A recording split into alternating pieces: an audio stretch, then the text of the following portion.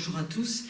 Tout d'abord, Monsieur Christian Périgot, représentant l'État, Monsieur Christian Assaf, représentant la région, Monsieur, évidemment, représentant Monsieur Gilly, le vice-président chargé de tout ce qui est recherche scientifique, également les enseignants ici présents représentant l'Université Montpellier, le président Philippe Auger, Monsieur Grégory Nino, tous les enseignants-chercheurs ici présents, et s'il y a des étudiants, bonjour à eux, et évidemment les partenaires qu'il ne faut pas oublier, c'est quelque chose de très important.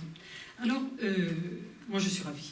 Moi je suis ravie, pourquoi? Pour plusieurs raisons. Tout d'abord, en tant qu'ancienne enseignante-chercheuse en phytothérapie et aromathérapie, nous avions créé à l'époque un DU de phytothérapie et aromathérapie avec le professeur Yves Pellissier à l'UFR de pharmacie qui s'appelait phytothérapie, aromathérapie et médecine alternative. Je vous parle d'un temps où on s'est fait traiter de tous les noms, hein, parce qu'on traitait justement de tout ce dont vous parlez, monsieur Grégory Nino, avec passion, avec conviction et avec connaissance scientifique en plus.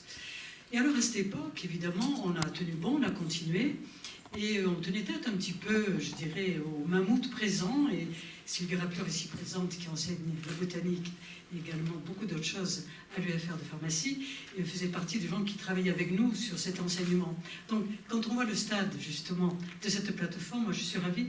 Et deuxièmement, parce qu'à l'époque, quand on faisait notre thèse, c'était de l'huile de coude. On faisait ça manuellement sur le chemical abstract, sur l'index medicus.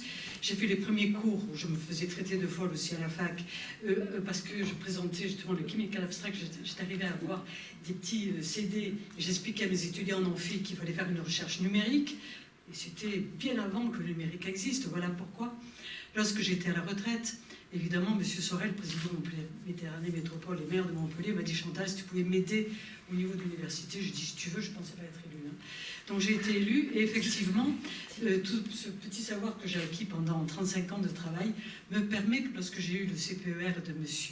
Périgot entre les mains, on a eu la compétence, l'université, on n'avait pas les moyens, on a eu la compétence, je dis à M. Périgot, on va lire bien nos documents, alors on a eu l'impression de freiner le CPR, mais ce n'était pas le cas. C'était justement de bien cibler, tu le sais Christian, que l'argent qu'on avait, et qu'on n'avait pas encore, mais qu'on est allé chercher, le mettre sur des actions comme celle-là et beaucoup d'autres.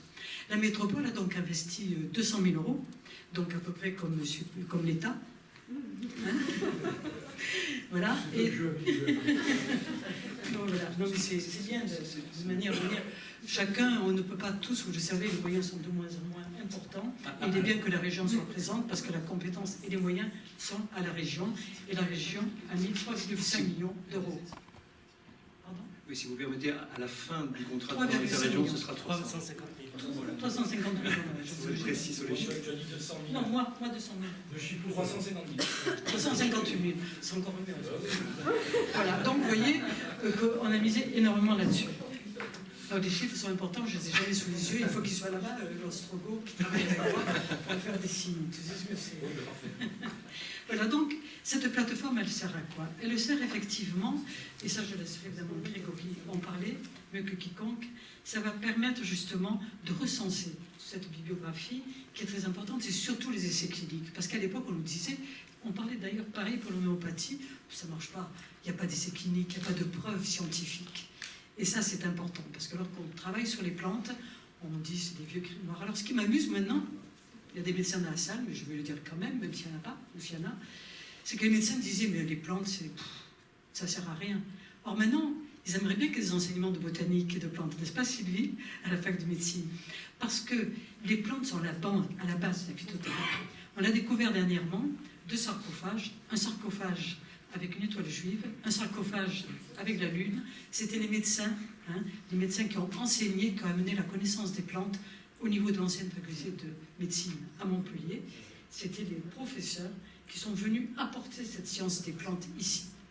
Voilà, donc moi je suis ravie de ce genre d'inauguration. Ça conforte justement l'investissement de tout le public pour cette recherche, pour améliorer le devenir de l'université et de ses chercheurs et de ses étudiants, parce que pensons toujours que transmettre la plus belle chose qui soit au monde, et la profession que j'ai exercée toute ma vie de transmettre, je ne le regrette pas du tout. Je vous remercie.